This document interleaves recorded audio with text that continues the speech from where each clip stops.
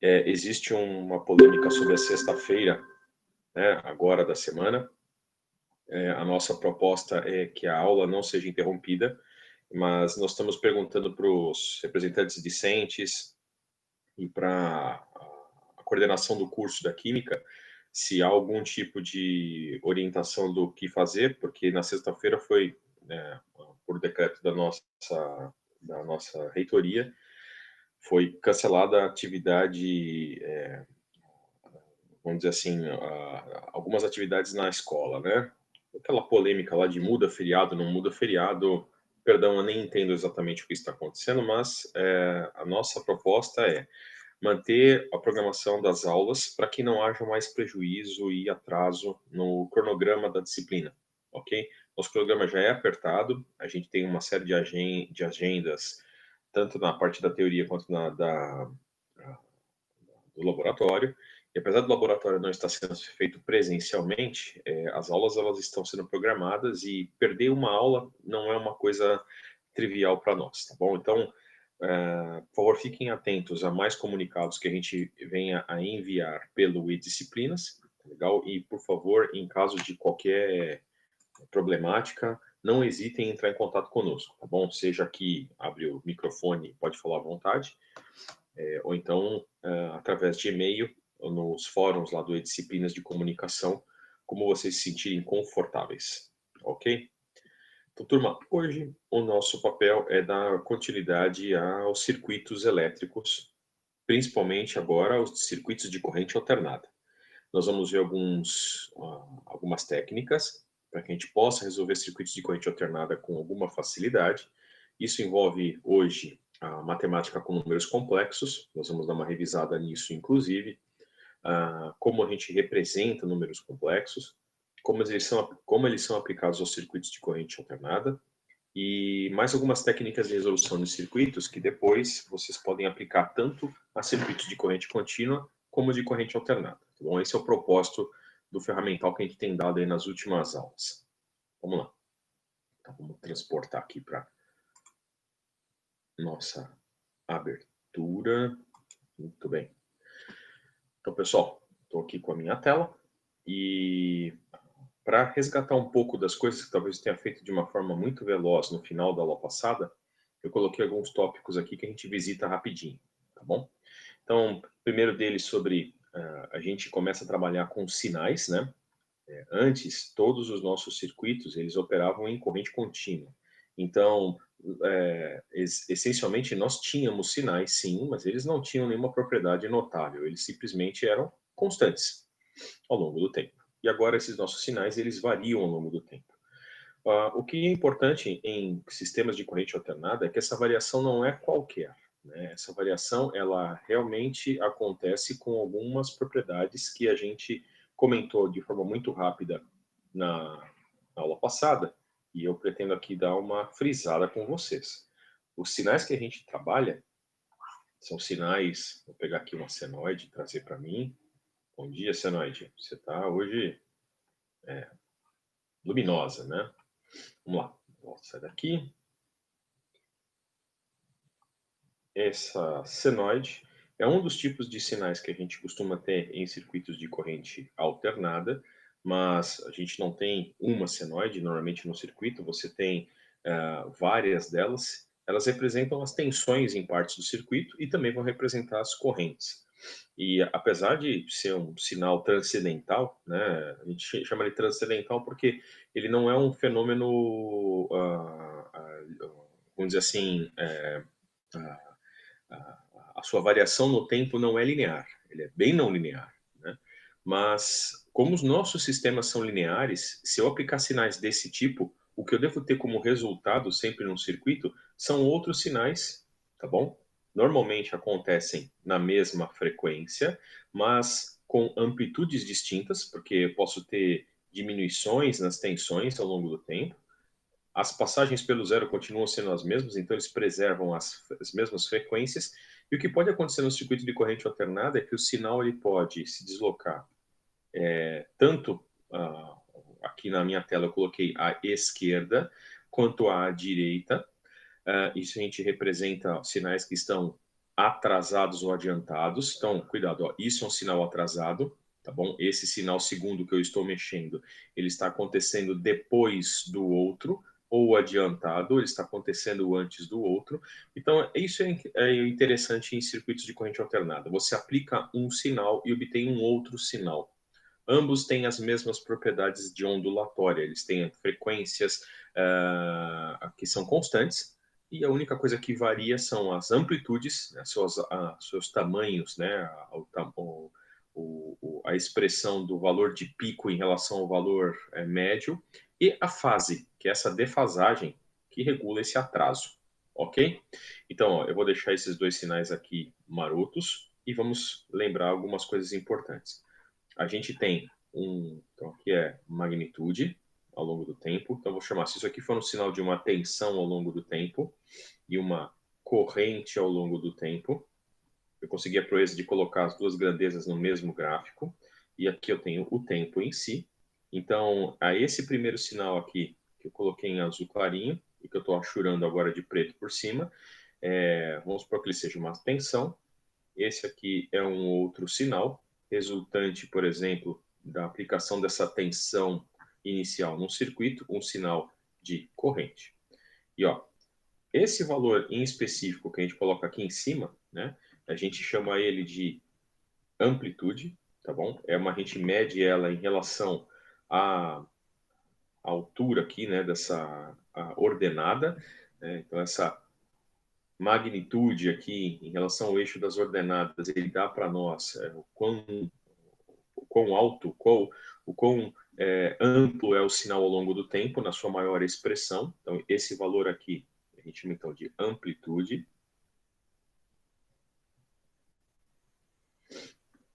Bom, e outra coisa importante de sinais alternados é a sua frequência. Aqui, deixa eu ver se eu consigo ver um período completo. Não, o meu sinal é meio incompetente para isso, mas eu consigo ver meio período. Meio período pode ser a passagem de um zero em relação a outra passagem de um zero. Então, a essa distância aqui, ó, entre esses dois pontos, eu vou colocar uma reta para apoio aqui, outra para cá, outra para cá. Esse lugar aqui, tá bom? A gente define como metade do período de uma onda. E o período, ele tem uma relação com a frequência. Se a gente mede o período em segundos, a frequência, usualmente, a gente mede ela em hertz.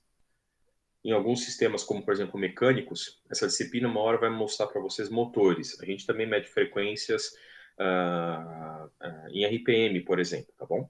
Mas essas duas relações aqui são quase que fundamentais para nós. Mais do que essas duas, talvez é a frequência angular, que é aquela que define o argumento da função seno ou cosseno que exprime essas ondas. Então, lembrando vocês, né, essa frequência a gente chama de frequência angular, ela tem essa relação com a frequência linear. Isso aqui a gente mede em radianos por segundo, isso aqui a gente mede em hertz. Tá bom? Então, o que vai acontecer nos nossos circuitos é que nós vamos ter um monte de sinais alternados aplicados e um monte de sinais alternados resultantes dessa aplicação. E a diferença entre as amplitudes e... esqueci de colocar mais uma informação importante. Entre essa onda e essa onda, existe a tal da defasagem, tá bom? A gente mede a defasagem, às vezes, em valores absolutos. Então, por exemplo, se o meu eixo aqui é tempo, eu posso medir defasagem em segundos, mas é muito comum nós medirmos essa defasagem como se fosse uma fração do ciclo, tá bom? E para isso a gente utiliza um ciclo trigonométrico, né? Então, esse cara aqui, a gente pode chamar de θ, ele é uma θ, é uma fração angular do período. Até o termo fração acho que não é o mais apropriado para exprimir o que eu quero falar. Fração angular do período. É uma defasagem, de fato. Defasagem. E a gente usualmente mede em graus, né, ou radianos. Deixa eu tirar esse sinal de dividido, porque de fato eu não estou dividindo. Grau ou radianos. Muito bem. E isso sendo dito, pessoal, vamos começar a trabalhar com eles nos nossos circuitos. E a parte chata é que, ao colocar eles num circuito, eu tinha feito isso rapidamente com vocês, se eu tenho um circuito de corrente alternada, olha só, esse é o símbolo que a gente usa para uma fonte de tensão alternada, uma bolinha com uma onda dentro, tá? Essa onda de tensão alternada, ela pode ser usada para energizar uma série de equipamentos. Tá? Então, vou colocar uma resistência e agora componentes que fazem tem uma expressão no circuito elétrico notável e não são simplesmente eliminados como a gente fazia em circuitos de corrente alterna, em circuitos de corrente contínua. Um capacitor e um indutor, por exemplo. Então, esse circuito, ele é tradicional para nós, chamamos de circuito RLC, e a qual a surpresa de vocês, quando eu coloco aqui, não uma tensão contínua, mas uma tensão que se alterna ao longo do tempo, inclusive pode até não ser senoidal. Como eu falei para vocês, produzir senoides é relativamente simples na engenharia elétrica. Uma espira rodando sobre um campo magnético produz uma tensão senoidal, mas eu posso energizar circuitos com tensões com formatos dos mais diversos, ondas quadradas, ondas triangulares, dentes de serra. Então, uma onda que fica alternando de forma abrupta o seu valor de crista, a sua amplitude, a onda quadrada, uma onda dente de serra, tá bom? Que tem uma certa rampa e depois ela cai abruptamente. Ela também pode acontecer ao contrário, tá bom? Ou uma onda triangular, tá bom? São alguns sinais. Posso também ter uma superposição de senoides, por exemplo, uma senoide que tenha uma fundamental e depois uma segunda harmônica superposta, tá bom? Por cima dessa onda, resultando numa onda mais esquisita. Ela tem uma subida e aí uma outra descida mais expressiva. Então, eu posso ter sinais dos mais diversos excitando o meu circuito, tá bom? Isso aqui pode ser o nosso V de T.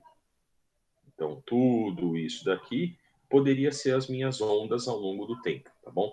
O eixo, tá bom, das abscissas e da ordenada, inclusive, ele pode guardar algumas coisas interessantes. A onda pode ser simétrica ao longo do tempo. Então, coloquei esse par de eixos cartesianos para a gente ter uma ideia do que eu estou falando. Deixa eu memorizar isso. Então, meu sinal pode ser simétrico, pode ser assimétrico, ou seja, uma tensão que ela só fica positiva e depois vai para zero, ou uma tensão que fica negativa e depois vai para zero. E todos eles podem ser assim, tá bom? Pode ter esse nível, a gente chama isso de offset, um nível DC, uma tensão DC superposta à onda alternada que regula aonde ela está posicionada, qual o valor máximo da tensão e o valor mínimo ao longo do tempo, tá bom? Todos os sistemas podem ter esse tipo de expressão. Então, o caso mais geral, quando a gente tem, então, uma tensão qualquer, analisar o circuito nas suas equações diferenciais ordinárias. Né? Aqui eu sei que tem uma malha elétrica. Essa corrente, quando ela passa nos bipolos, ela cria quedas de tensão.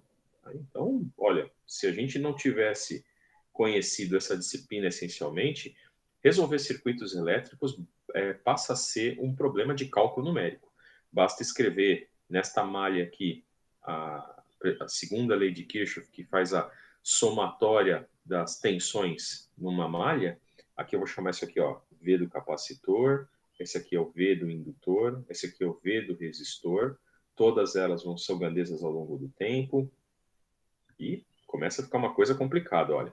Vamos escrever exercitar um pouco das nossas capacidades e escrever a segunda lei de Kirchhoff nessa malha, partindo, por exemplo, desse nó de referência aqui. Saindo daqui, percorrendo a malha nesse sentido que eu coloquei, eu vou encontrar a tensão no capacitor. Tensão no capacitor. Concordando com o meu sentido de rotação, eu encontro a tensão no indutor. Concordando com o meu sentido, eu encontro a tensão do resistor. E aí, discordando de mim, ó, chegou nesse ponto aqui, eu estou percorrendo esse fio, eu encontrei uma tensão, ela está ao contrário do meu sentido, é a tensão da fonte. Então, menos nela. Ok, tudo isso é igual a zero. E sabendo desta equação, e agora a lei de Ohm em cada um dos componentes, na tensão do resistor, eu sei que a tensão nele é proporcional à resistência vezes a corrente. É um produto, uma relação proporcional com a resistência do dispositivo. Aí eu sei que a tensão no indutor é proporcional à indutância do indutor e à variação da corrente no indutor. E no caso do capacitor, que a tensão no capacitor ela vai ser uma 1 sobre a capacitância integral de I de T dt.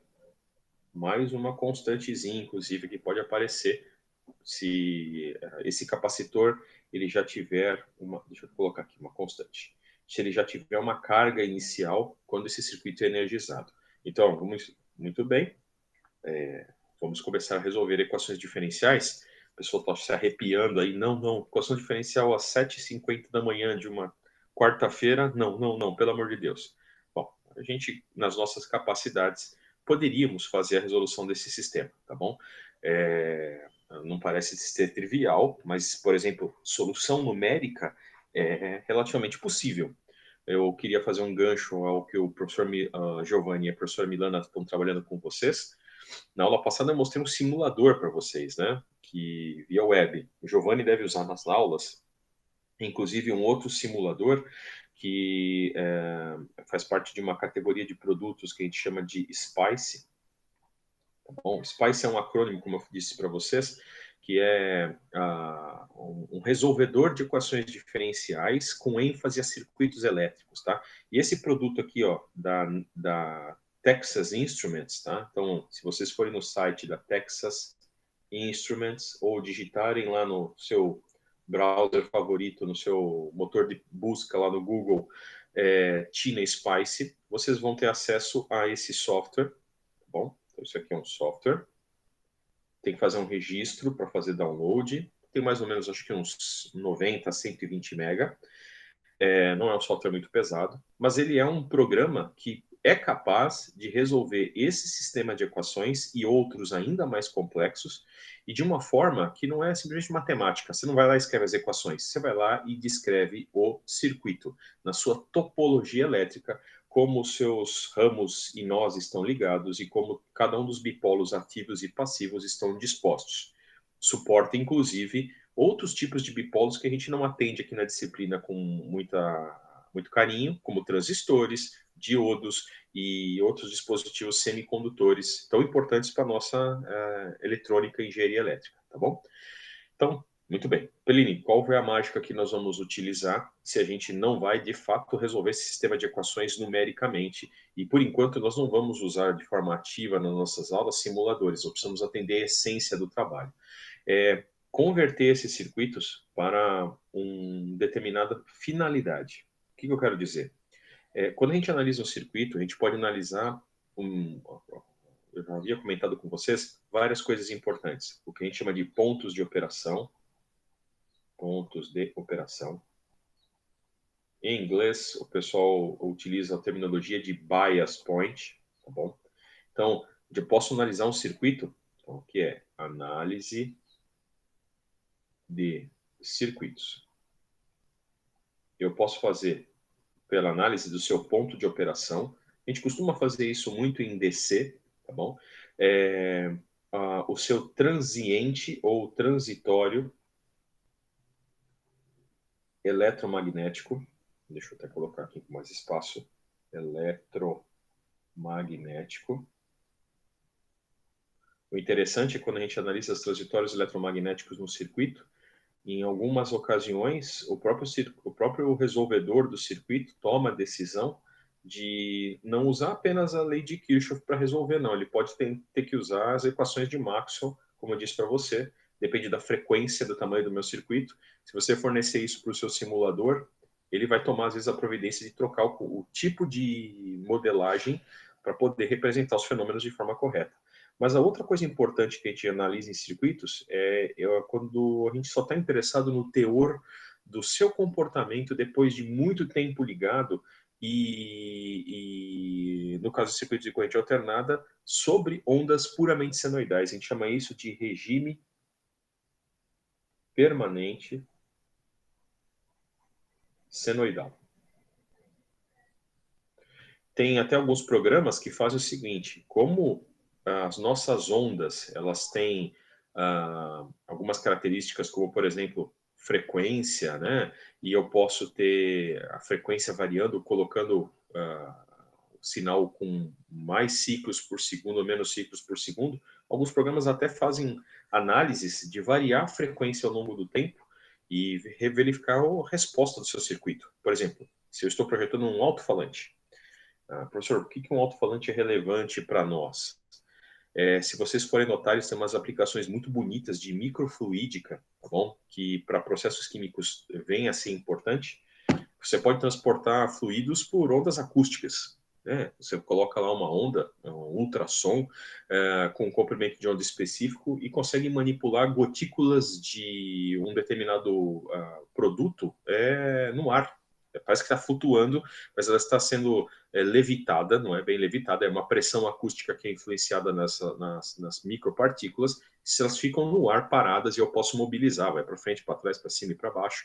Por favor, olhem lá, Manual do Mundo tem experiências disso, Veritasium tem experiências disso. Peguem nosso YouTube, ao invés de ver vídeo de gatinhos e fail army, a gente procura esses fenômenos científicos aí tão legais. Mas se eu estou projetando um alto-falante para uma aplicação dessa, o alto-falante não trabalha numa frequência única. Ele pode exprimir o som, por exemplo, a voz humana, ela é constituída de uma superposição de frequências. Quem fica feliz quando eu falo isso é a Fourier. Quando vocês veem séries de Fourier em cálculo, uma expressão das séries de Fourier são sinais. Esse sinal que eu desenhei aqui, por exemplo, tá bom? Todo esquisito, parece uma senoide toda distorcida, ela é uma superposição de várias frequências, ela tem um timbre, tá bom? E um alto-falante vai responder aos timbres, às frequências, de formas distintas. Para quem gosta aí de equipar o seu automóvel com bazucas e coisas e tal, né? Existem alto-falantes que a gente chama de woofers, eles são bons para baixas frequências, eles respondem bem em baixas frequências, mas em compensação, se você colocar uma alta frequência num alto-falante desse, ele praticamente não se mexe.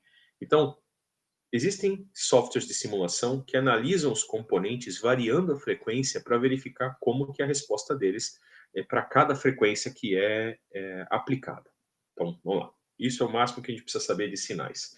Mas o que nós vamos atender nessa disciplina com bastante dedicação é esse tópico aqui, ó. É o regime permanente senoidal. É aquilo que faz os nossos circuitos operarem de forma contínua.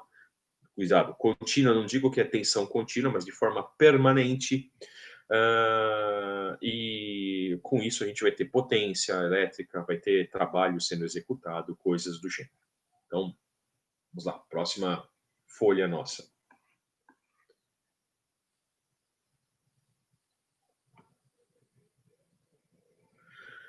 Para isso a gente precisa dessa teoria nova, que é, para vocês, novidades, a gente chamou de fasores. Então, o fasor ele vem lá de uma propriedade da equação de Euler, que diz que o E elevado a um J θ, ele é constituído por um cosseno de θ mais um J, um seno de θ. Como eu disse para vocês, procure na internet, Numberphile e outros tipos de canais sobre matemática, eles explicam bastante bem por que essa expressão é dita como a fórmula mais bonita na matemática. Por que isso é relevante para nós, Perni? Porque se os nossos circuitos eles têm tensões que nós caracterizamos de uma forma cossenoidal, como eu disse para vocês, pessoal, o nosso material que está disponível no E-Disciplinas deduz muitas coisas com seno. E, perdão, a única diferença de o seno para o cosseno é uma defasagem de 90 graus. Então, tudo é válido, tá bom? Não tem nenhuma mudança abrupta de sinal ou coisas do gênero que vão chocar vocês.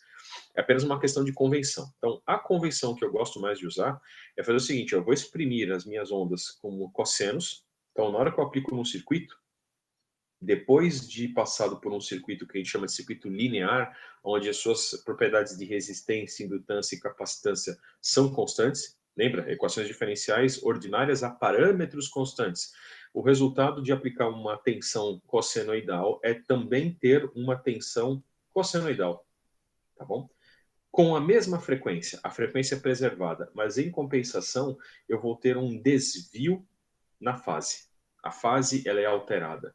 Então, esse é o princípio pelo qual eu vou começar a trabalhar com essa teoria dos fasores. Eu vou começar a abstrair algumas coisas que não se alteram.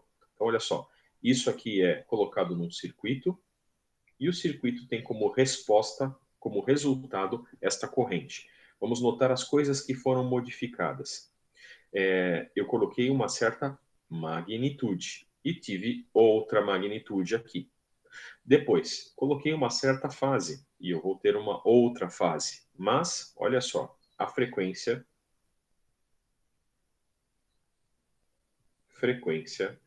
é constante. Então, isso é uma propriedade dos circuitos de corrente alternada que a gente vai trabalhar nessa disciplina, é porque os parâmetros do circuito, tá bom? Eles também são constantes e os nossos sistemas são lineares. Professor, me dá um exemplo de coisas então que violam isso. Falei para vocês de alto-falantes, todos os circuitos que são magnéticos, ou seja, que têm conversão eletromecânica de energia, eles podem ter algumas distorções, porque os materiais magnéticos eles não são tão lineares quanto a gente gostaria, né? Eles têm uma expressão, por exemplo, da curva de indução por campo magnético que faz com que determinadas intensidades de campo magnético não resultem em fluxo, ele tem uma saturação. Então, e o material não percorre o mesmo caminho, ele não percorre uma reta enquanto ele está operando, tá bom? Em corrente alternada. Ele fica operando dentro de um ciclo aqui, e isso aqui é uma não linearidade que faz com que, às vezes, num componente eletromecânico, eletromagnético, que tenha circuitos magnéticos, eu coloco uma tensão com uma frequência e eu tenho como resultado uma corrente ou outras tensões naquela frequência principal, mais componentes em outras frequências, tá bom? São circuitos não lineares, mas a gente deve tratar aqui na nossa disciplina praticamente só circuitos lineares.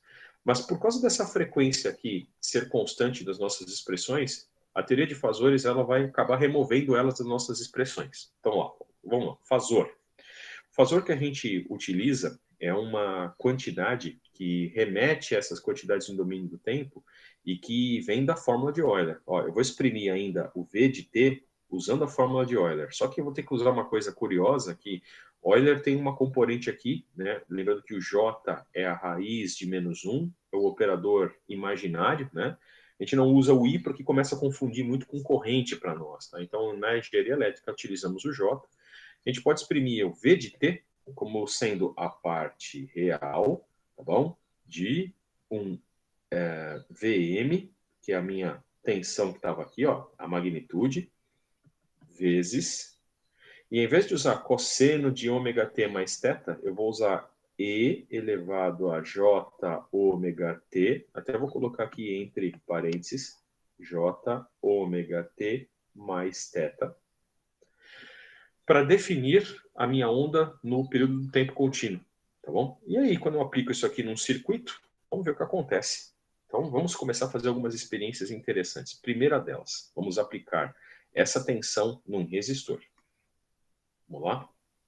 Eu pego aqui uma fonte alternada, ela tem lá um terminal de referência e ela vai aplicar pela primeira vez emocionante uma tensão em um resistor. Tá bom? Aqui está a nossa tensão V de T e aqui vai aparecer uma corrente I de T. E o homem já percebeu, já falou para nós, olha, esse material aí, a resistência, se comporta bastante bem ao longo das frequências. Se você coloca lá uma tensão, ele vai resistir a essa tensão, mas vai aparecer uma corrente que é proporcional a essa resistência. Então, alguém descobriu já isso. Então, a corrente num resistor, tá bom? Vai ser igual à tensão dividido pela resistência.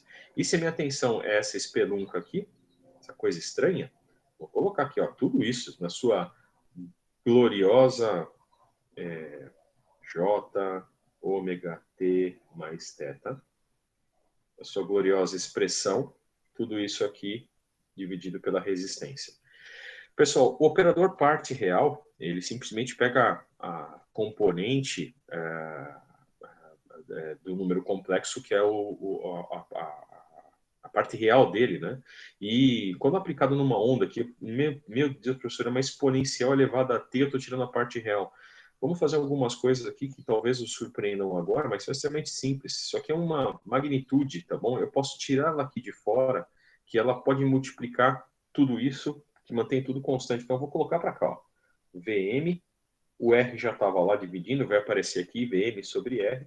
E aqui eu vou começar a colocar a expressão da tensão, né? Ainda com essa, mas eu vou dividir em duas partes. E elevado a J ômega T vezes E elevado a J teta.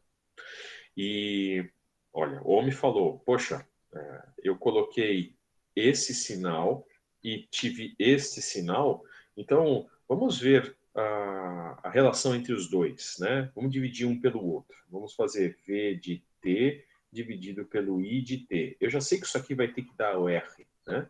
E realmente, de fato, dá o R. E olha só. Então, aqui vai aparecer na tensão. Deixa eu colocar certinho. Parte real do VM E elevado a J ômega vezes E elevado a J teta dividido. Aliás, vou tirar até o VM. Eu vou fazer na próxima passagem. Aqui eu vou colocar a corrente resultante, VM sobre R. E aqui, aqui esqueci, parte real do E elevado a J ômega, E elevado a J teta. E, de fato, as coisas vão se cancelar, né? Esse VM cai para fora, para cá, o R está para baixo. Então, eu estou mantendo as mesmas coisas. Mas o importante é a gente notar o seguinte. Em muitas condições, esse E elevado a J teta que está aqui, ó, ele sempre vai aparecer no numerador e denominador das nossas coisas. Então, uma das coisas que a gente faz em circuitos elétricos é remover a informação de frequência.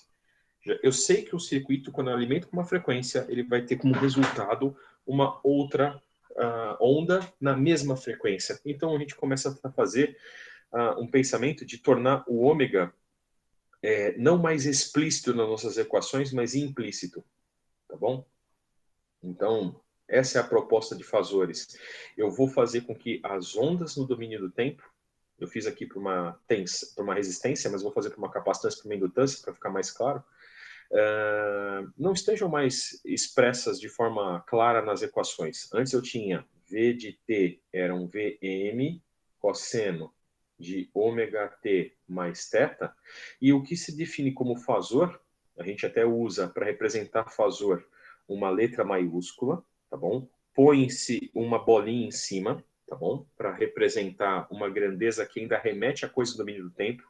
Lembrem-se, falei com vocês na aula passada, isso não é uma derivada.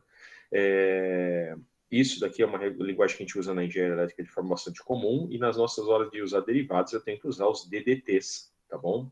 Ou então outros tipos de representação para o operador derivado, como por exemplo o operador de Laplace, de Parque, tem vários transformados que representam a derivada graficamente para nós, tá bom? Mas esse cara aqui então a gente chama de fazor, e ele é uma quantidade que a gente define como sendo a magnitude da onda no domínio do tempo. Tem uma pegadinha aqui. A gente costuma pegar essa magnitude e dividir por raiz de 2 para representar o fazor no seu valor eficaz. Então, isso aqui é uma definição. Eu vou explicar para vocês hoje até o final da aula. E aqui, a gente não mais coloca a informação da frequência, a gente apenas coloca a informação da fase. Tá bom? E esse operador aqui, né, é um ângulo. Na verdade, então agora vamos relembrar um pouco das coisas de números complexos. O bendito aqui do fazor, deixa eu colecionar, vem comigo aqui, meu colega, Ctrl C, vamos para a próxima página.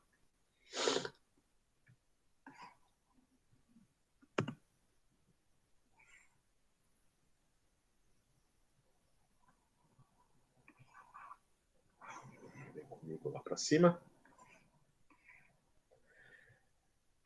Está aqui o nosso fazor. Vamos entender o que significa essa linguagem estranha aqui, né?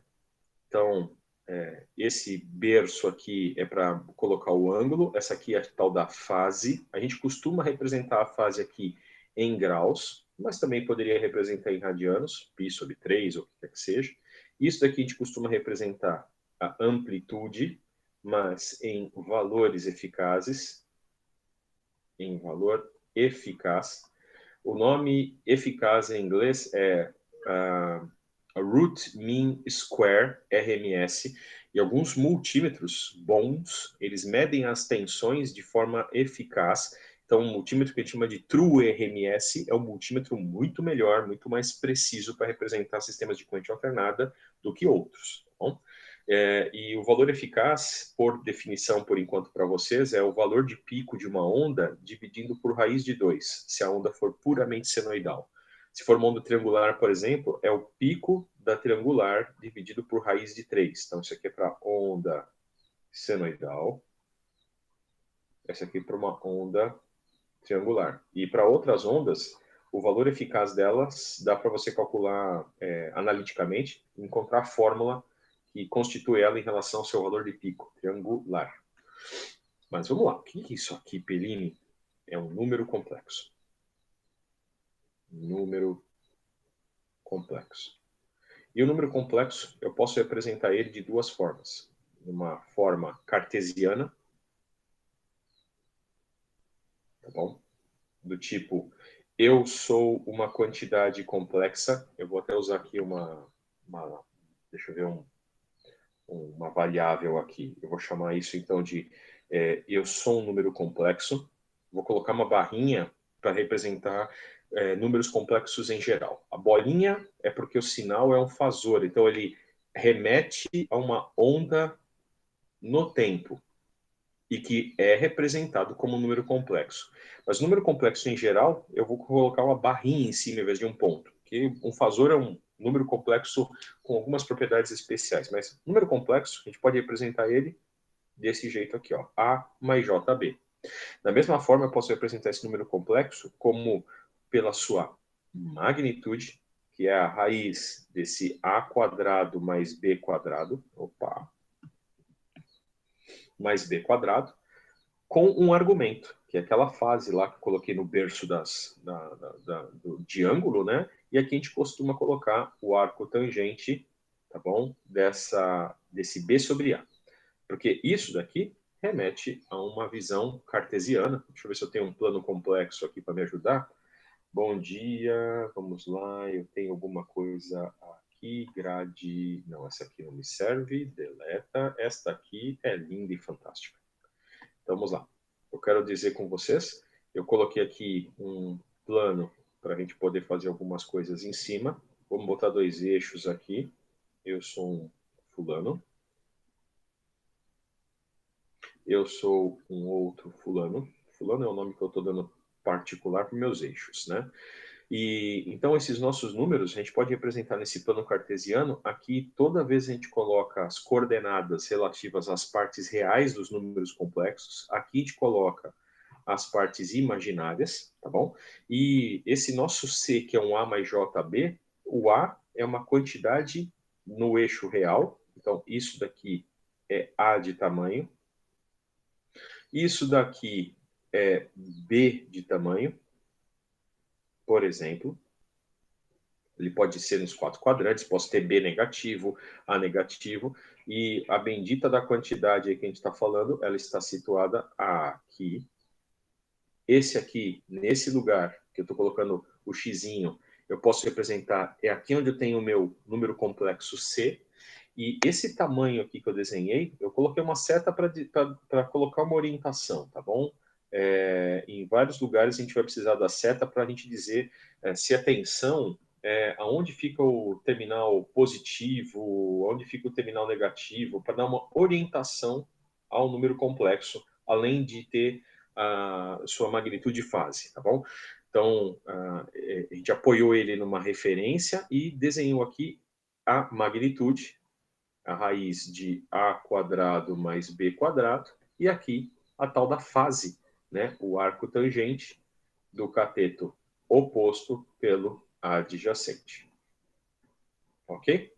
Então, pessoal, Isso aqui é números complexos em forma cartesiana e forma polar, tá bom? O θ pode variar 360 graus, a gente costuma representar ele tanto θ positivo quanto θ negativo.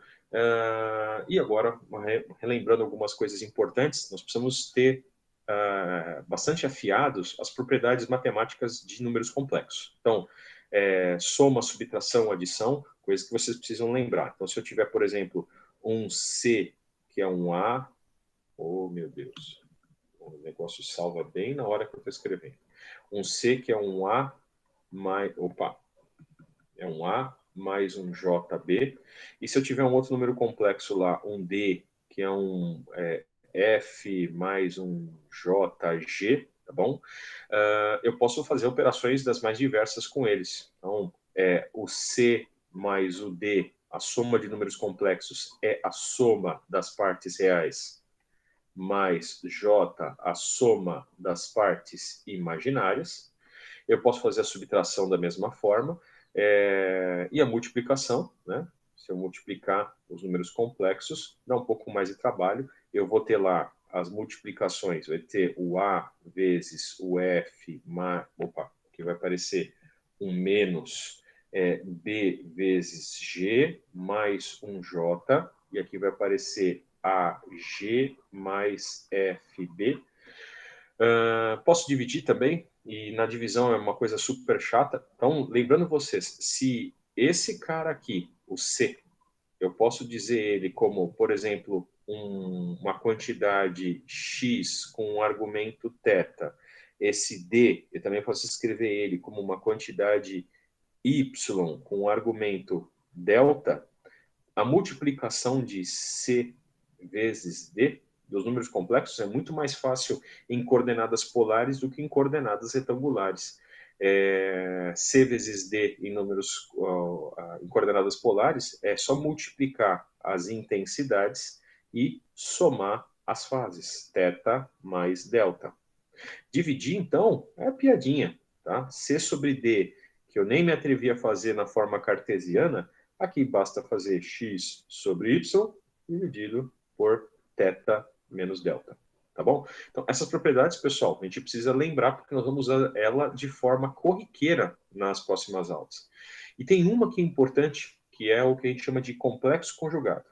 Complexo conjugado. A gente usa os números complexos conjugados para, às vezes, tirar um denominador complexo de uma expressão matemática.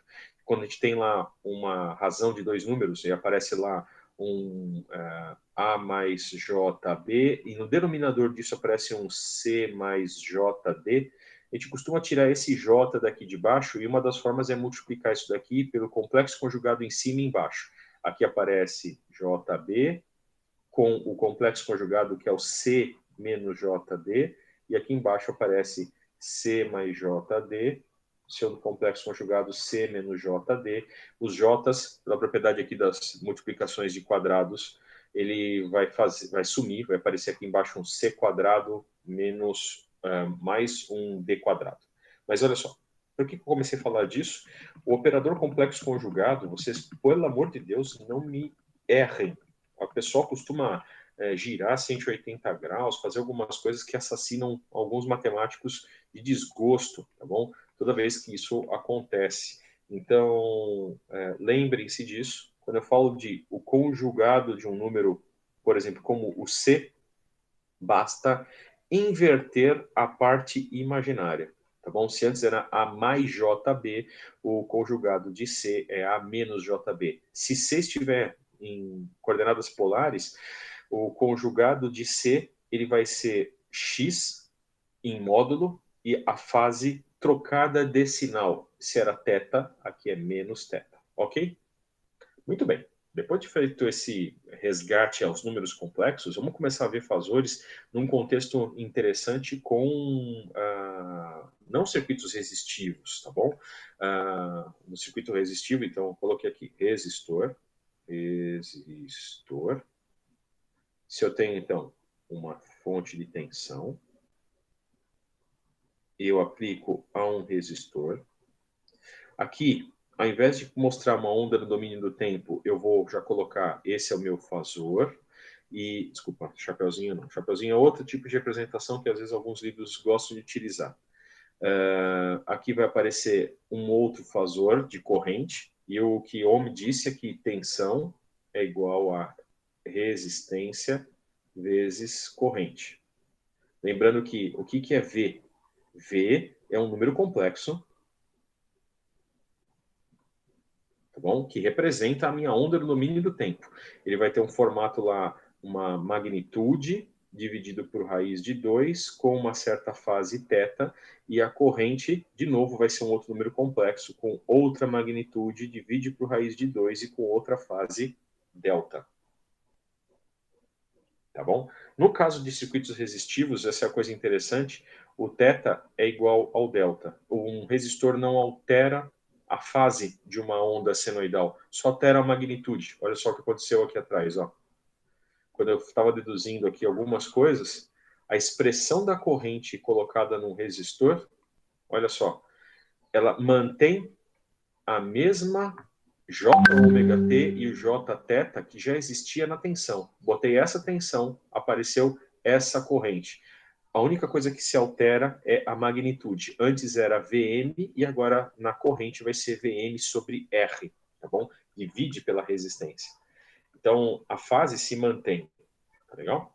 Mas olha só o que acontece com um indutor. Indutor.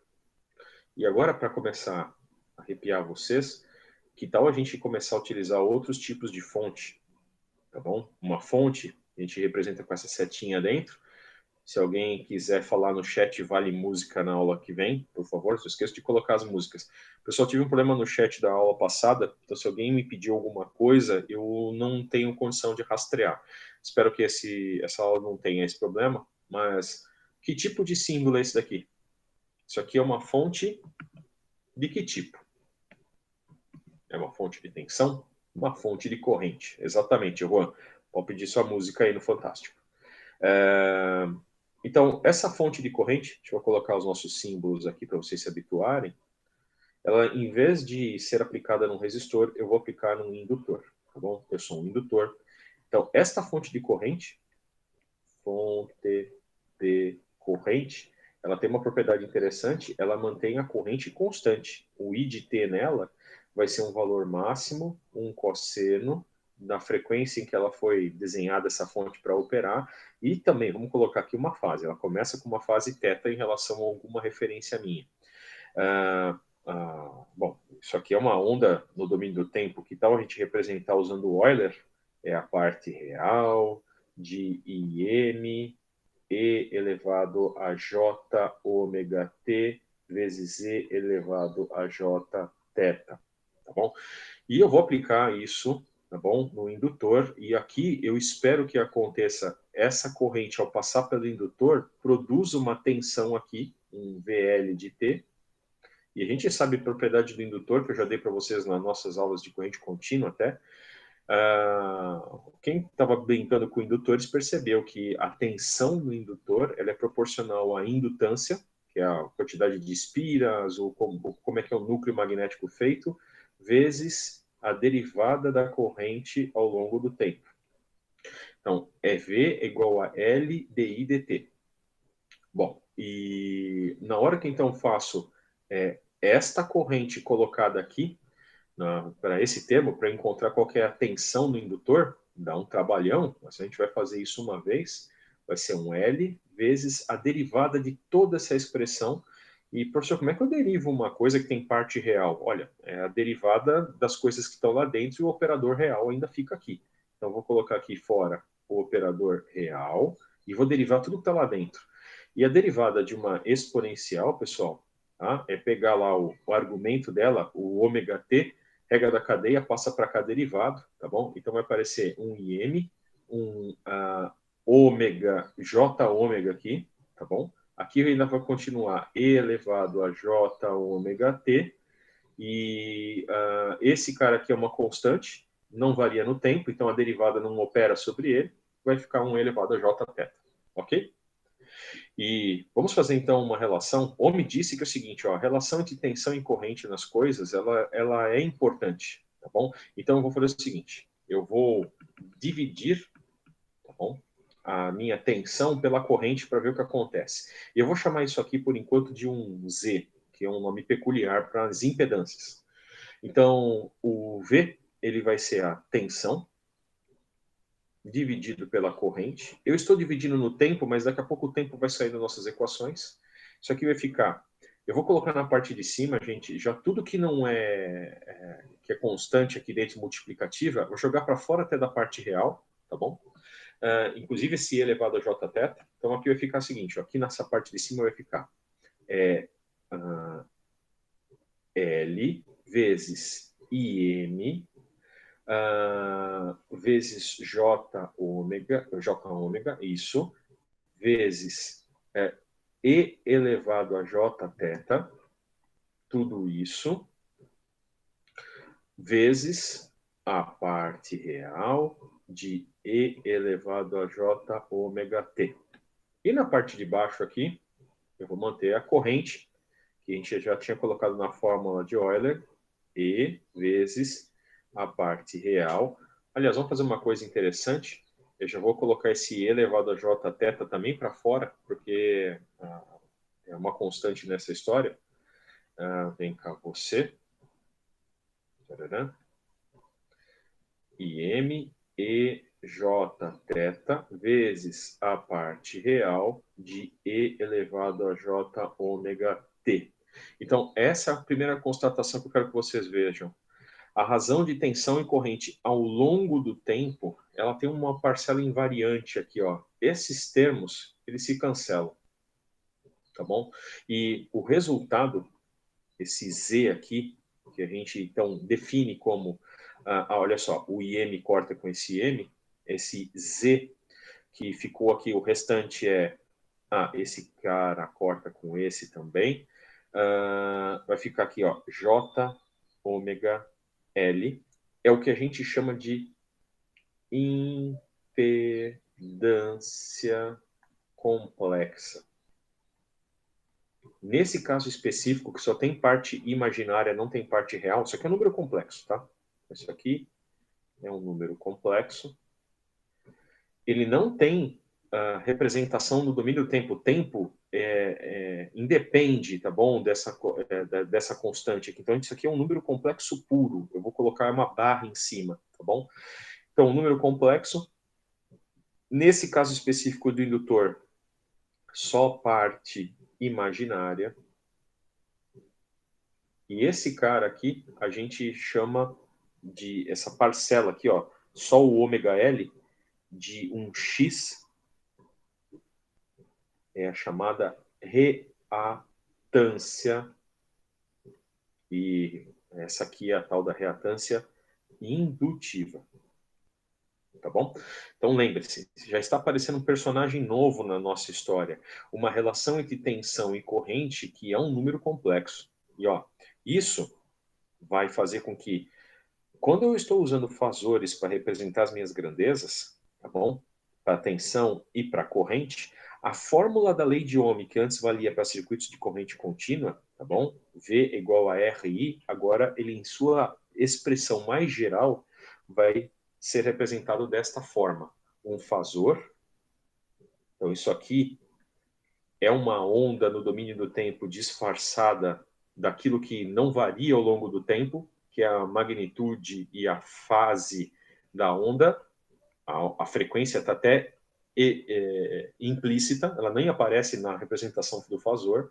Esse cara aqui também é um fasor, tá bom? Ele está representando de forma disfarçada uma corrente, e a relação entre os dois fasores é um número complexo puro, que é a tal da impedância. E ó, essa é a lei de Ohm para circuitos de corrente alternada, tá bom? Continua valendo, é uma relação entre tensão e corrente, dada por uma constante. Só que agora essa constante, novidade para vocês, ela pertence aos complexos. É um número que é um número não apenas real, é um número complexo. Beleza? Olha só, começou as nossas dificuldades. Vamos ver agora o que acontece com o capacitor, que é o dual do indutor.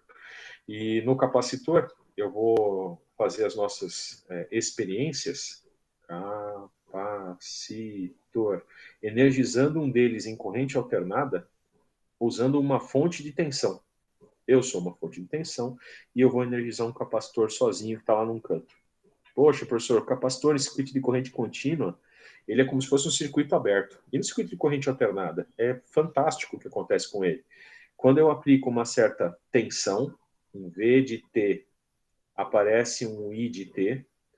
Na verdade, aqui eu posso representar isso aqui mais tarde por um fasor, isso aqui eu posso representar também por um fasor, mas aqui, na capacitância, na hora que eu coloco uma tensão, a corrente no indutor, então a corrente no nosso indutorzinho, ele vai ser igual a C vezes a variação da tensão aplicada a ele ao longo do tempo. Então, olha só, fazendo uma dedução muito parecida com o que a gente fez, se a minha tensão tiver uma cara Vm cosseno de ômega t, esqueci de colocar uma fase aqui, mais um θ, isso aqui é uma outra forma de escrever essa mesma coisa, Vm e elevado a j ômega t e elevado a j θ. Se eu colocar esse cara aqui e trabalhar essa derivada, eu vou descobrir que a corrente no indutor vai ser igual ao C. A derivada de tudo isso daqui vai expor algumas coisas para fora, como aconteceu da outra vez. Vai aparecer aqui um C, vamos botar outras coisas aqui. Vai aparecer o Vm, vai aparecer um J ômega também, vezes a parte real de E elevado a J ômega T E elevado a J θ. Vou deixar o J θ aqui dentro para o pessoal ficar incomodado de eu tirar ele para fora, já que eu posso. Na verdade, não é que eu posso, não. Tenho que tomar um cuidado, porque o operador real só tira a parte real dele para fora, que é um cosseno, né? Eu acho que eu assassinei alguém de desgosto na passagem anterior. Mas vou deixar ele aqui dentro. E agora eu vou fazer a mesma coisa que eu tinha feito na outra ocasião. Existem relações entre tensão e corrente. Então, eu vou pegar a tensão da minha fonte e dividir pela corrente que eu tive resultante no capacitor e vamos ver o que acontece. A tensão ela era Vm vezes a parte real do E elevado a J ômega T E elevado a J θ, e eu dividi pela corrente resultante, que a corrente resultante ficou toda essa loucura aqui de cima. Vamos colocar na ordem, Vm vezes J ômega C vezes a parte real E elevado a J ômega T E elevado a J θ. E olha só que interessante, nessa circunstância que a gente está colocando aqui, de novo, isso some com isso some com isso, e aparece uma outra relação, vamos chamar isso ainda de Z, um nome genérico para essa relação entre esse comportamento, a tal da impedância. No caso de um capacitor, ele vai se caracterizar como 1 sobre J ômega C. Outra forma de representar isso, multiplicar isso pelo complexo conjugado em cima e embaixo para tirar o J do denominador, também é válido, que é multiplicando por J negativo em cima e embaixo, J vezes menos J, ômega C. J vezes J é menos 1, com esse menos que está aqui é mais. Então, essa é outra forma da gente representar a impedância.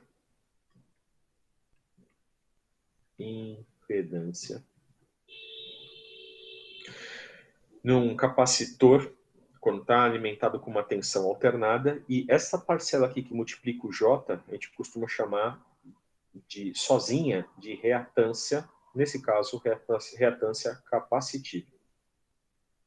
Ok? Então, olha só, vamos recapitular o que a gente está fazendo. Usando essa teoria de toda vez que eu encontro as fontes de tensão num circuito, então, geral, toda vez que eu encontro fontes de tensão ou fontes de corrente, o que quer que seja,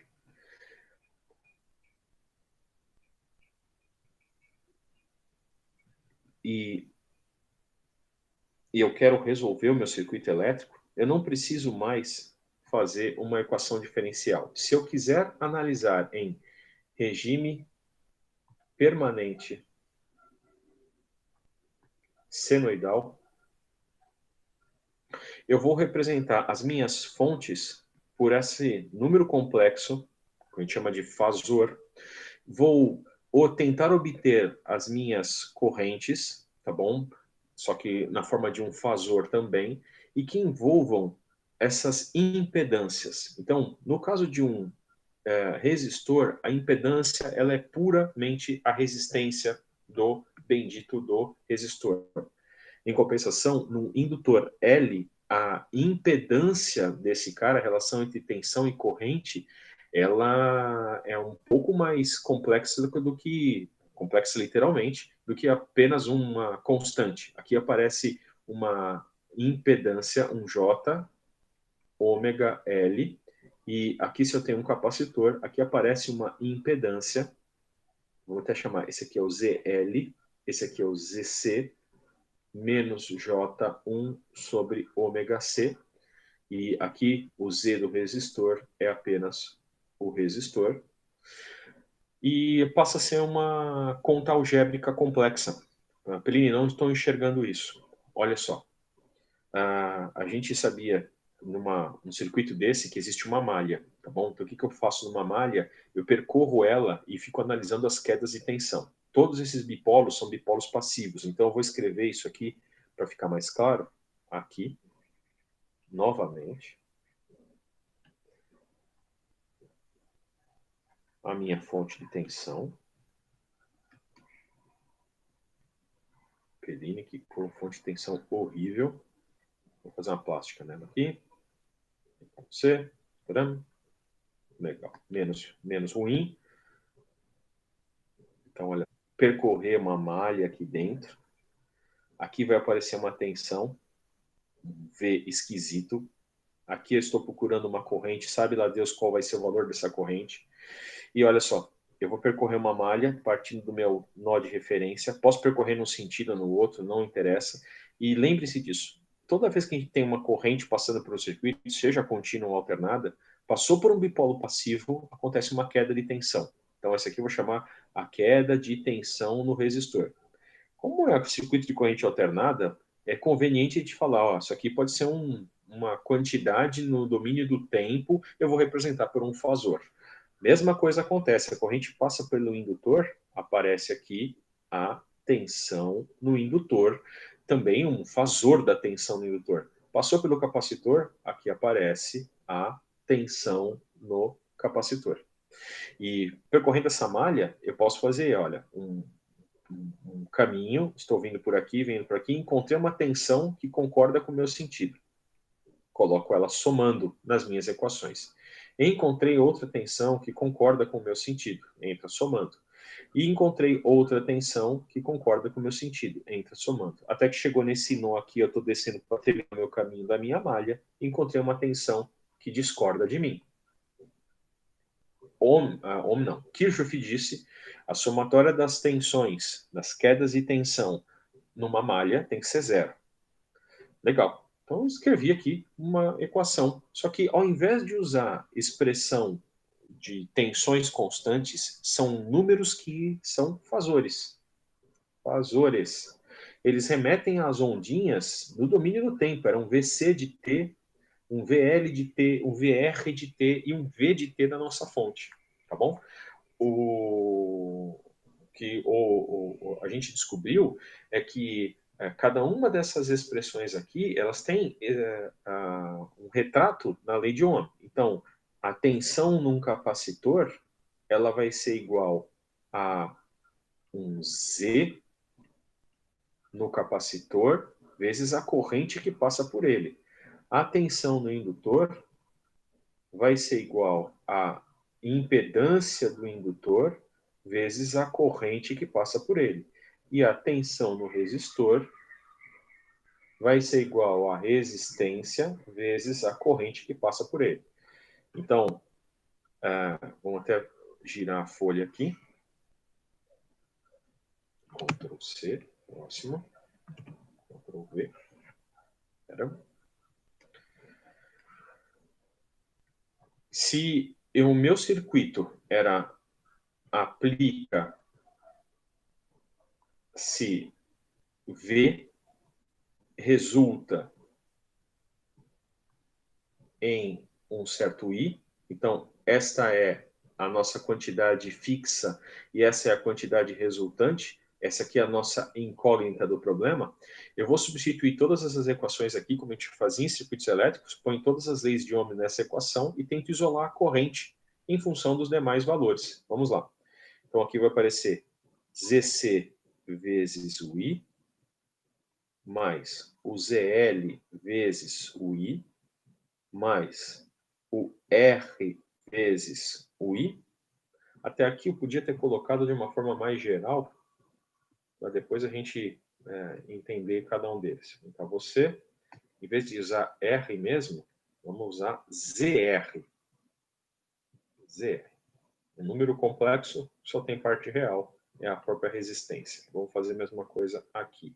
Aqui vai aparecer ZR vezes o I, menos o V, tudo isso igual a zero. O professor está cheio de bolinha, está cheio de tracinho. Vamos elucidar isso, vamos notar por que eu estou sendo tão preciosista com essa notação. Isso daqui, pessoal, é um número complexo. É a tal da reatância capacitiva de um capacitor. E ele é menos J1 sobre ômega C. Olha que interessante.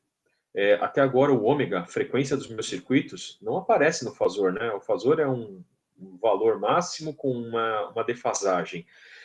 Cadê o ômega? O ômega tem que ser fornecido. Alguém precisa falar, porque o fasor sozinho não traz essa informação. Mas a reatância depende do ômega. Tá bom? Então, alguém precisa realmente fornecer para você resolver o circuito, porque dados os valores das capacitâncias, se eu preciso saber o valor dessa impedância do capacitor, eu preciso saber da frequência, tá bom? Então, olha só, ZC é este cara, ZL, por definição, lá que eu mostrei para vocês, é J ômega vezes a indutância, e o ZR é apenas o R. Então, vamos lá? Olha que coisa legal. Deste nosso raciocínio, eu vou colocar o V, que é conhecido, e o I em evidência. Aqui vai aparecer menos J1 sobre ômega C, mais J ômega L, mais R. Tudo isso daqui é igual ao V, que antes estava subtraindo, passa para o lado lá positivo. E olha só a mágica.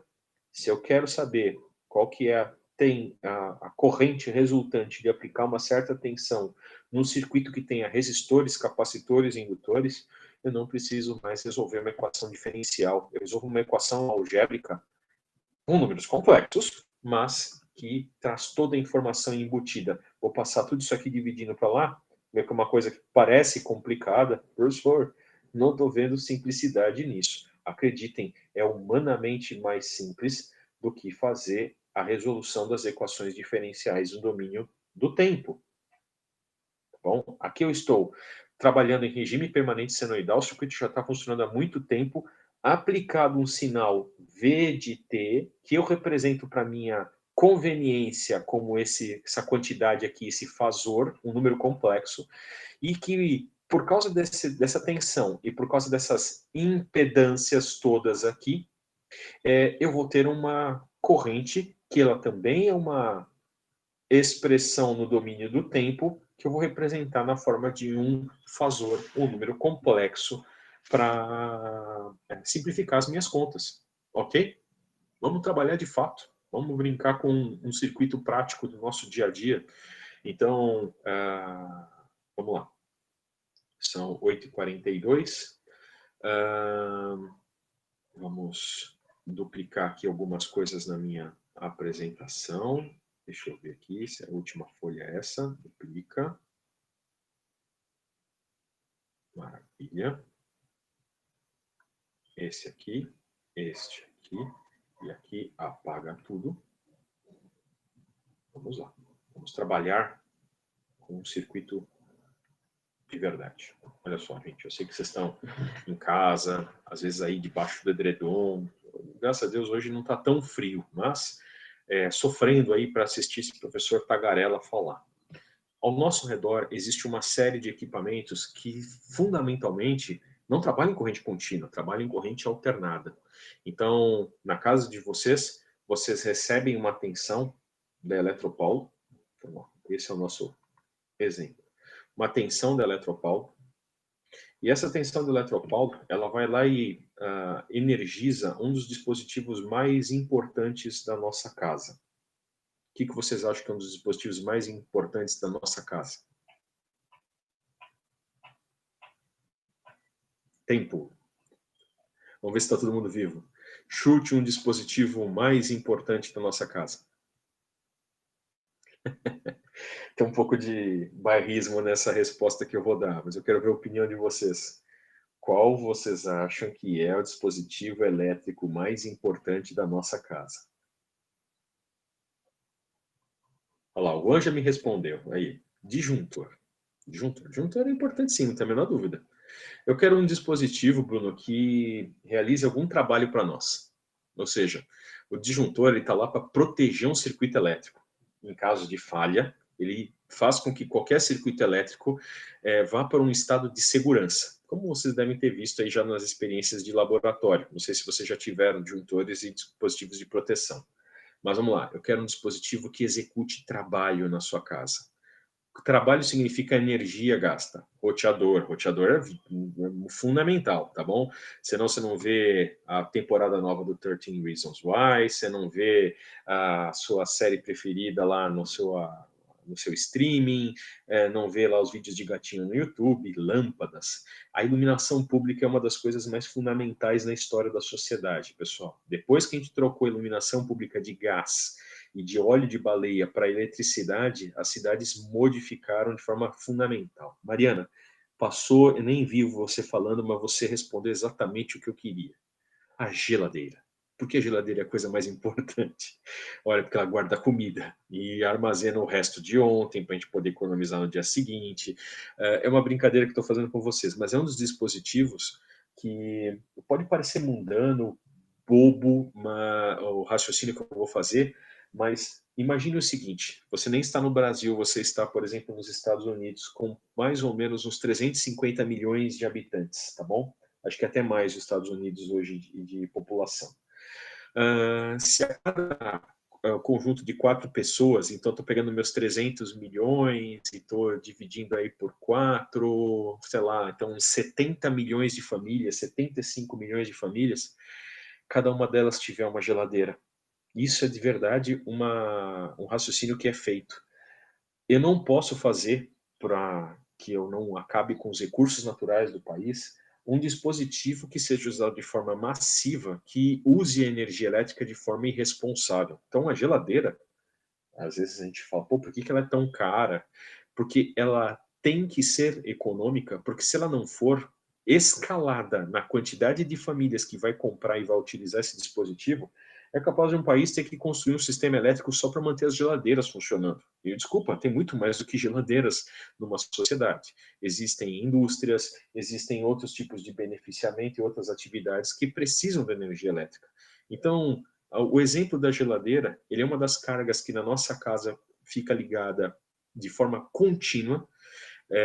Não é bem contínua, porque a geladeira tem ciclos de operação. Algumas geladeiras modernas até ficam funcionando continuamente, as geladeiras que a gente chama de drive, tá bom? Mas ela parte para manter a temperatura dos alimentos controlada.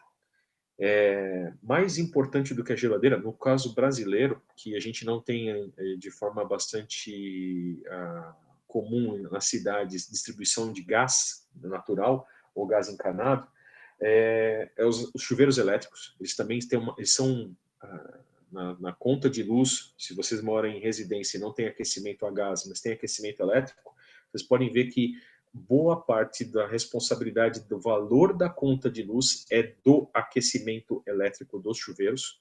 Aquecer água é uma coisa que é gastosa, mas são equipamentos vitais para funcionamento. Então, estou fazendo um exemplo da geladeira porque ele, além de ser um negócio que fica ligado direto na nossa casa, consome bastante luz, aparece lá no final do mês 50, 75, 80 kWh de energia só por causa da geladeira. Ele tem um circuito elétrico que para nós é o fundamental nesse momento agora. É um circuito que internamente, professor, você vai representar uma geladeira? Vou, uma geladeira. Ela internamente tem uma série de condutores elétricos que fazem o seu motor, tá bom? E os condutores têm resistência, e esses condutores estão enrolados em um material magnético peculiar, que é o rotor e o estator do motor, e a gente representa de forma bastante simplificada uma geladeira num circuito de corrente alternada, tá bom? Como uma resistência e uma indutância ligadas em série, uma depois da outra, tá bom? Aqui aparece a tensão que nós aplicamos da eletropaulo. Então, a tensão na sua onda no domínio do tempo, ela tem o valor de, alguns lugares, 110 vezes raiz de 2 cosseno de 2π vezes 60 vezes t. Esse número aqui, pessoal, 60 é a frequência em hertz. Coisas importantes. O Brasil inteiro, todo mundo que está ligado no Sistema Interligado Nacional, que é uma boa totalidade do país, acho que deve ter, dá para contar nos dedos da mão, regiões que não estejam ligadas em 60 Hz. Todo mundo está ligado em 60 Hz. Então, esse 2π vezes 60 é a frequência angular, e esse número para nós é meio cabalístico, 377 radianos por segundo. É a tensão que a gente põe lá na nossa geladeira. E mais do que ter essa onda no tempo, com essa frequência, olhem só a amplitude. Eu estou exprimindo a amplitude. Esse aqui é o valor de pico. Valor de pico. Eu acho que, em vez de fazer uma conta rapidinha aqui, Calc, uma calculadora no meu Windows. Oh, meu Deus. 110 vezes raiz de 2, opa, 155 volts. Então, hoje, se vocês tivessem um equipamento como um osciloscópio e pudessem ligar na rede elétrica, pelo amor de Deus, diferente das aulas até presenciais de laboratório, o que eu ia dizer para vocês é, não se atrevam a fazer medições sem antes passar por um processo de capacitação com esses instrumentos. Então, eu estou falando de osciloscópios, multímetros, amperímetros. São equipamentos de medição que são corriqueiros para quem trabalha com engenharia elétrica. Alguns desses você compra até no Pão de Açúcar, no mercado da sua esquina, no supermercado Dia, tem lá multímetros numa prateleira. A Ana Maria Braga, ela até um dia tentou ensinar isso nos seus vídeos na internet, e ela foi bastante didática em mostrar o que não fazer. Então, cuidado para operar esses equipamentos, que vocês precisam de alguma capacitação a respeito deles para saber como usar, aonde usar. Mas se eu tivesse um osciloscópio, o osciloscópio ele consegue mostrar formas de onda, ele tira retratos da tensão ao longo do tempo e consegue desenhar, de fato, como as ondas alternadas se apresentam ao longo a sua dinâmica ao longo do tempo, né? A gente veria uma onda que ela não tem um valor na nossa tensão de 110 volts, que a gente diz habitualmente, ela não chega no valor máximo de 110 volts, ela chega no valor máximo de aproximadamente 155 volts e um valor mínimo de menos 155 volts. Professor, por que a gente então fala 110? Porque 110 é o valor eficaz, que eu vou mostrar agora nos últimos 10 minutos da nossa aula. Se eu dividir isso aqui por raiz de 2, dá os seus 110 volts eficazes, ou RMS, tá bom? Então, essa onda eu aplico na minha geladeira. E aí, o que acontece com a nossa corrente? Olha, eu adoraria ter expressão no tempo. Olha, resolver equação diferencial é muito complicado. Então, ao invés de usar a expressão no tempo, vamos representar a tensão pelo fasor e a corrente por um fasor. Vamos colocar valores nisso. Vamos supor que a resistência da nossa geladeira seja em torno de mais ou menos uns 10 ohms. tá bom? E que a nossa indutância seja, deixa eu fazer uma conta aqui de padeiro rapidinha, para não fazer um valor muito elevado de indutância para a geladeira. Aqui, suspense por enquanto. Eu preciso disso, peraí, eu preciso disso aqui. Pode ser isso.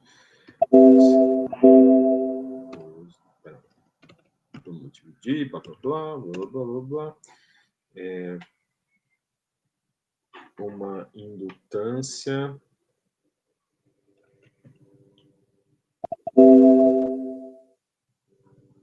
Uma geladeira grande que eu vou fazer, hein? Vou fazer uma geladeira melhor. Tá bom. Uma indutância de 50 mH. Então, isso aqui representa o motor da geladeira.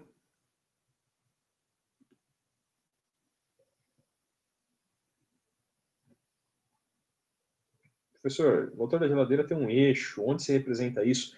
Não estou representando a parte mecânica ou eletromecânica, apenas a parte elétrica. E eu quero saber qual que é a corrente que passa quando eu pego essa minha geladeira e espeto na tomada, tá bom? Então, dado uma tensão que tem aquele formato V de T, não mais vou usar V de T, vou representar pelo seu fasor. Fasor a gente usa o valor eficaz, então 110 vezes raiz de 2 é o valor de máximo, o valor de pico, divido por raiz de 2, e a fase, aí uma coisa interessante, aqui não tem fase nenhuma nessa onda, isso aqui não tem mais um θ qualquer coisa, então esse θ a gente pode admitir como zero, tá bom? E qual que vai ser a corrente? Eu quero o I de T. I de T não terás ainda, mas você pode ter o I fasorial. Vamos fazer essa conta. Só que o nosso circuito elétrico, ele vai usar os valores complexos ao invés das quantidades no domínio do tempo. Parti de um nó de referência, andei numa malha. Se essa corrente aqui passa pelos resistores, pelos bipolos, pelos indutores também, eles apresentam aqui quedas e tensão. Eu vou chamar isso aqui de tensão no resistor. Esse aqui eu vou chamar de tensão no indutor. Vamos lá. Então, saí do nó e percorri, eu vou ter VL, vou fazer em preto. Vamos fazer.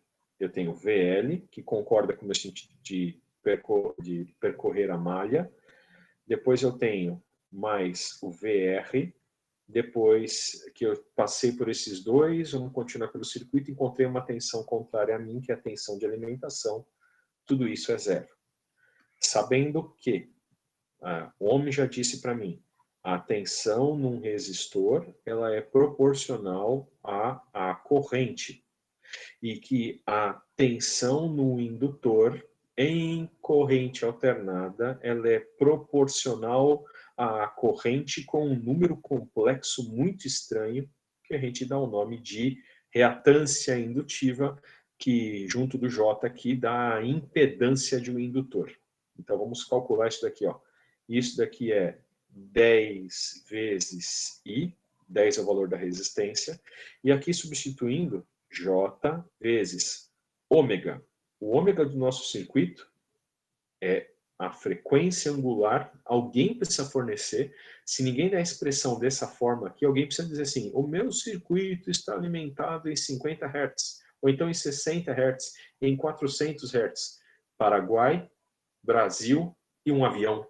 Sim, avião tem sistemas de corrente alternada em alta frequência, 400 Hz.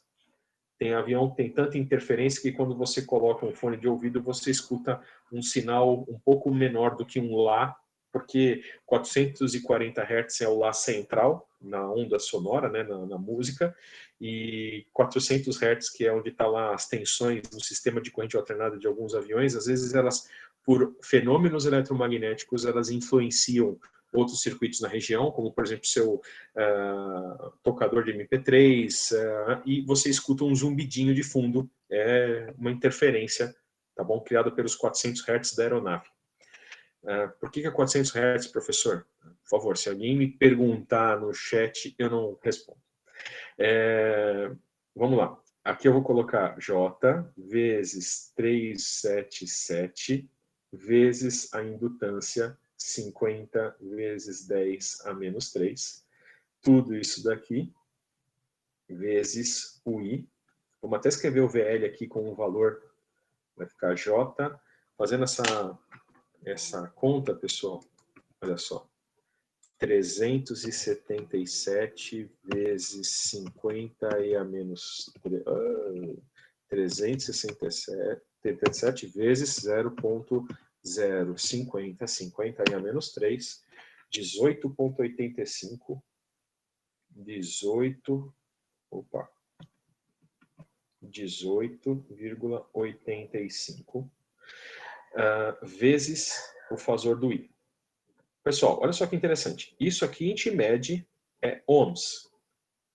Faz sentido, já que isso aqui é uma relação entre tensão e corrente, que a dimensão dessa impedância, tá bom? O J ômega L, também a gente meça em ohms, tá bom? Então, esses 18,85 são 18 ohms de reatância indutiva no indutor. Mas vamos continuar nossa epopeia. Eu estou resolvendo esta equação. E faltou só a nossa tensão. Já está aqui em cima. A tensão está aqui. Vamos fundir tudo isso. Tensão no indutor é J 18,85 vezes o I, mais tensão no indutor 10 vezes o I. Tudo isso daqui, menos o fosfofasor aqui. Aqui está em coordenadas polares, não tem nenhum problema. 110 fase zero, tá bom? A segunda lei de Ohm me disse, segunda lei de Kirchhoff me diz que a somatória desses potenciais todos, mesmo ao longo do tempo, isso aqui está tudo chacoalhando. Isso aqui é uma onda, é um I de T disfarçado, isso é um I de T disfarçado, esse é um V de T disfarçado. Isso aqui está oscilando ao longo do tempo, mas o que interessa é que essa oscilação continuamente ao longo do tempo, ela mantém ainda o balanço de potenciais igual a zero. E vamos agora colocar esse I em evidência. Pessoal, eu vou até as 9h05, 9h10, tá bom? Vamos lá? Isso aqui, o 110 eu passo para lá. 110 fase zero, a gente chama, dividido por todas essas... aliás, vamos fazer uma passagem intermediária. Vamos fazer uma passagem intermediária, que é, vou colocar em evidência o I desse lado. E aqui vai aparecer J 18,85 mais 10. Tudo isso daqui é igual ao 110 fase zero. Professor, isso aqui eu posso representar também como um número complexo em forma polar? Pode, vamos ver daqui a pouquinho. E eu vou precisar, inclusive, que vocês treinem fazer isso com uma calculadora ou com um programa. Eu recomendo o GNU Octave, vou falar para vocês daqui a pouquinho. Mas olha só, a nossa corrente vai ser igual a 110 fase zero sobre... eu vou até colocar de uma outra forma, colocar a parte real primeiro e a parte imaginária depois. 18,85. Meu Deus. Cheguei na resposta? Chegou. Isso é um número, isso é um número. Esse aqui remete a alguma coisa no domínio do tempo, é um fasor. Isso aqui é um número complexo, mas isso também é um número complexo. Divisão de dois números complexos deve dar um número complexo. Legal. Como é que eu faço isso, professor? Pessoal, uma das coisas mais importantes nessa disciplina é vocês dominarem a calculadora de vocês. A gente recomenda comprar uma boa calculadora no curso de engenharia, mas, desculpa, não precisa ser uma calculadora muito bodosa. No nosso site, no E-Disciplinas, a gente tem uma aba, até no nosso curso, que só fala sobre como usar suas calculadoras, e um dos modelos mais comuns que o pessoal costuma investir, calculadoras da Casio, já são suficientes para boa parte dos nossos problemas, mas se quem tiver uma HP, tá feliz, tá bom? São calculadoras mais poderosas que fazem contas de uma forma bastante, com uma destreza absurda. Mas, para quem tem um computador, tá bom? Basta, por exemplo, instalar um programa como o GNU Octave, quem não conhece é um substituto do MATLAB, gratuito, essa é a coisa legal. E o interessante dele é que ele resolve números complexos, tá bom? Você coloca lá um A, que é um 2 mais... aqui a gente coloca o operador dos complexos I, tá bom? Isso é um número complexo. Então, se eu fizer 2 vezes A, se eu fizer A dividido por 3, ele vai fazendo todas as operações algébricas números complexos lindamente, tá bom? Limpo a tela aqui. Eu vou fazer um número complexo para representar a minha tensão. Vou representar ela como 110. Professor, seu número complexo? Só tem parte real. Se vocês forem ver, 110 fase zero é um número complexo que não tem uma fase, não tem parte imaginária. Então, 110, tá bom? E na parte de baixo, né, que é a impedância lá, que está dividindo a tensão, eu vou chamar a tela de Z, ela é 10 mais I vezes... Opa, não é vezes. É 10 mais I vezes 18,85. Essa é a minha impedância. E o que acontece, então, eu vou chamar de corrente, você chama I, um dos erros mais comuns. Eu cometi isso numa outra disciplina. Se eu escrever I é igual a V dividido por Z, o I, que hoje é o número complexo, ele vai ser redefinido e dar uma zoeira total no Octave. Então, o que eu... Vamos lá. O V está aqui, o Z está aqui. Vou chamar corrente, V dividido por Z. Tcharam! Cheguei no resultado. Professor, isso por acaso é um resultado? Sim. 2,416 menos J 4,554. Conferindo? Legal. Professor, que diabo é isso? É um número complexo. Parte real. Parte imaginária. Ué. E, professor, por acaso isso é um fasor? Lembre-se, fasor é um número complexo. Eu só preciso lembrar que isso aqui ele remete a uma onda que tem uma amplitude e uma fase. Dá para saber a amplitude? Dá. No próprio Octave, a amplitude de uma onda, de um número complexo, é o valor absoluto dele. Na verdade, é um espaço R2, para quem gosta de agir, tá? Então, é a raiz quadrada a parte real ao quadrado mais a parte imaginária ao quadrado, ou o ADS da corrente. Essa é a magnitude, 5,155. Então, vamos lá. 5,155. Esse é o módulo. E a fase? Isso aqui é um número complexo, tem parte real e imaginária. A fase a gente pode escolher com o comando arg da corrente, mas surpresa, esse resultado é dado em radianos. Então, eu vou pegar o arg da corrente e vou multiplicar por 180, vou dividir por π para ter o ângulo em graus. E aqui, menos 62. Menos 62,05 graus. Professor, tem graus, tem um número aqui, mas eu estou querendo saber corrente. Corrente é ampere. Sim, tudo isso daqui, pessoal, ainda é ampere.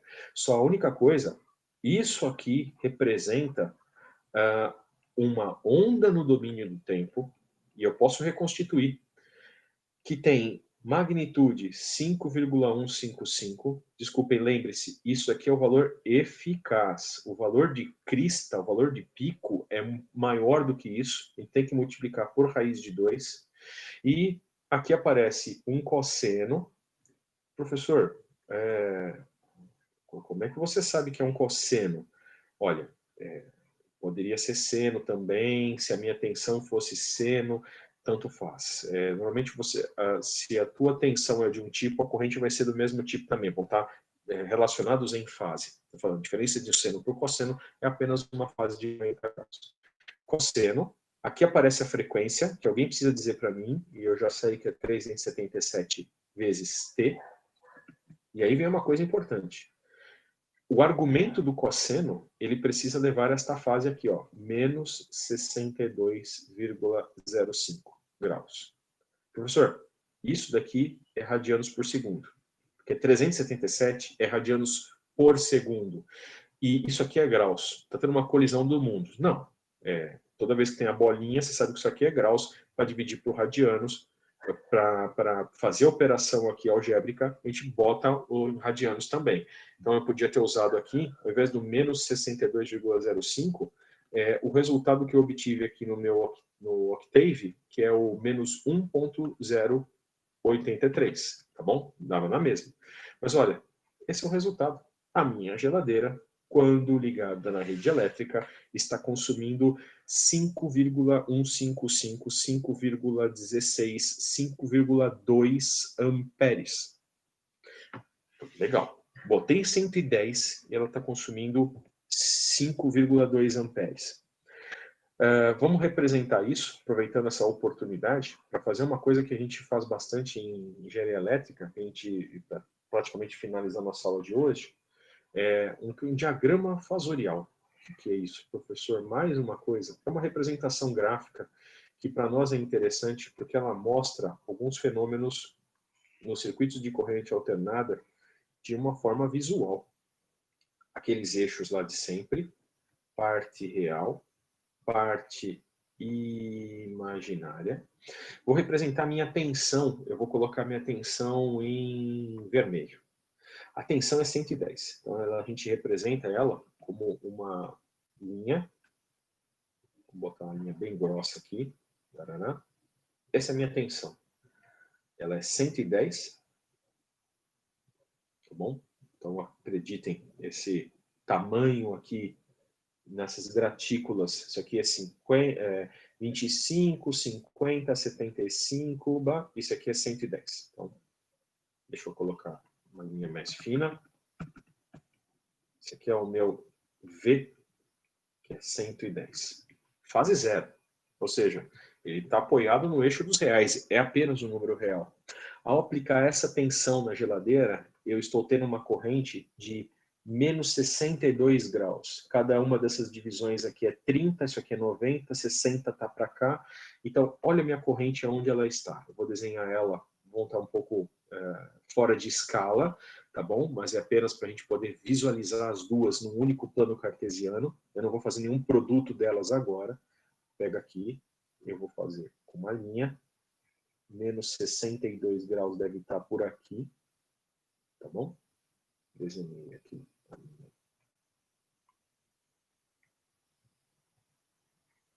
bom? Esse cara, ele tem a minha cara do I, que é 5, o meu I, que é 5,2, fase menos 62 graus. E ó, aqui está os 62 graus, tá bom? De defasagem. E esse diagrama que a gente desenhou aqui, a gente chama ele de diagrama de fasores. E é uma ferramenta, não agora em sistemas monofásicos, que eu só tenho uma fonte de alimentação alimentando um conjunto de cargas, mas quando a gente estiver trabalhando com sistemas trifásicos, vai ser importante para a gente visualizar grandezas, porque eu aplico várias tensões e eu vou ter como resultado várias correntes, tá bom? Então, pessoal, para finalizar nossa aula, e eu preciso que vocês se preparem para a aula seguinte, existe um conceito importante que eu não abordei nessa apresentação de hoje, mas ela vai ser a primeira coisa da nossa próxima aula, que se trata do conceito, tá bom, eu estou compreendendo como é que eu trabalho com tensões e correntes em circuitos CA, envolve as nossas impedâncias. As impedâncias são coisas que têm parte real e imaginária, tá bom? Essa parte real normalmente são as resistências, a parte imaginária, aqui é o próprio ômega L, a parte imaginária, ela pode ter sinal positivo ou negativo, e são as reatâncias indutivas ou capacitivas. Então, isso aqui é uma coisa que a gente está conseguindo, de alguma forma, trabalhar. Tem detalhes das nossas apostilas e exercícios para vocês fazerem. O que eu quero que vocês se preparem para a aula que vem é que, da mesma forma como existia potência em circuitos de corrente contínua, que era produto de tensão por corrente, agora em corrente alternada, nós vamos ter uma potência que não é mais um número real, é um número complexo, que tem um produto ainda de uma tensão e de uma corrente, mas nas suas representações fasoriais e com uma peculiaridade, tem que ser complexo conjugado, tá bom? E isso daqui vai resultar em uma parte que a gente chama de real e uma parte imaginária para essa potência. Isso daqui é o que a gente mede em watts, que a gente conhece dos nossos equipamentos. Meu secador tem 1000 watts, 2000 watts. Em compensação, em circuitos de corrente alternada, existe uma parcela da potência, que vocês acho que nunca haviam ouvido falar, que a gente chama de volt-ampere reativo, uma energia que é trocada ao longo do tempo, mas de fato não realiza trabalho, mas que ela é importante porque os equipamentos, eles, quando tem muitos reativos, eles ocasionam perdas nas redes e fazem com que alguém tenha que prover essas perdas, tá bom? E a gente chama isso de essa relação entre esse Q e esse P de fator de potência, tá bom? Que é o tal do cosseno φ, que é uma relação entre o P sobre o S, e que nós vamos ver na próxima aula, tudo bem? Com mais detalhes, com mais cuidados. Mas, já vou fazer spoiler para vocês, a experiência de lâmpadas de iluminação que é dada no laboratório, ela utiliza os conceitos de potência e fator de potência de forma fundamental. Então, eu não vou fornecer isso hoje, mas vai ser o nosso tópico da nossa próxima aula, como trabalhar com essas potências em corrente alternada. Tudo bem? Pessoal, obrigado mais uma vez. São 9 horas e 14 minutos. Se alguém tiver qualquer dúvida, por favor, coloque aqui no chat. Abre o microfone, mas senão, o nosso próximo encontro será na próxima quarta-feira. Um grande abraço a todos e obrigado aí pela audiência.